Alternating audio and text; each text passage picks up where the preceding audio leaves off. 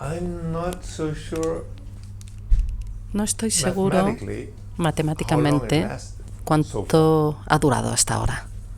I made my first short Hice films mi in 67, primer cortometraje en 1967-68, primer largometraje en el 69 and I y just finished 2 films. acabo de So, terminar 2 películas. it Por lo means I tanto, made eso movies significa in the 60s, que hice películas en los 60, 70s, en los 70, 80s, en los 80, en los 90s, 90, en los the 0 2000 years, the 10 10 years, the y 20s. 2020. So, Por lo for tanto, some reason, this is por 7 algún motivo, decades, son 7 décadas. but I'm only 77 Pero years old. solo tengo How 77 can this años. happen? ¿Cómo es posible esto? Mathematics Las suck. matemáticas no funcionan, ¿eh? Anyway, Bueno, I en think I cualquier made caso, films for 50 years. me parece que hace 50 años que estoy haciendo películas.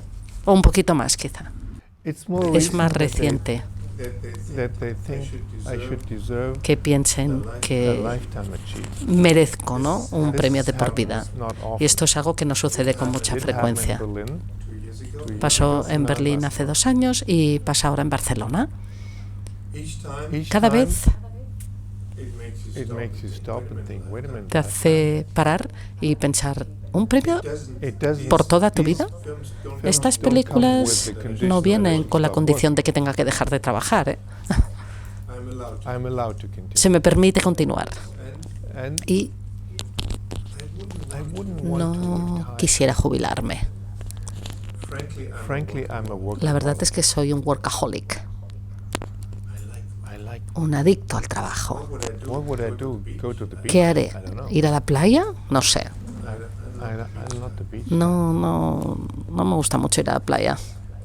I like going to Me soccer. gusta ir a un partido de fútbol, sí, pero a la playa no. I'm not made for Y vacation. no estoy hecho para las vacaciones.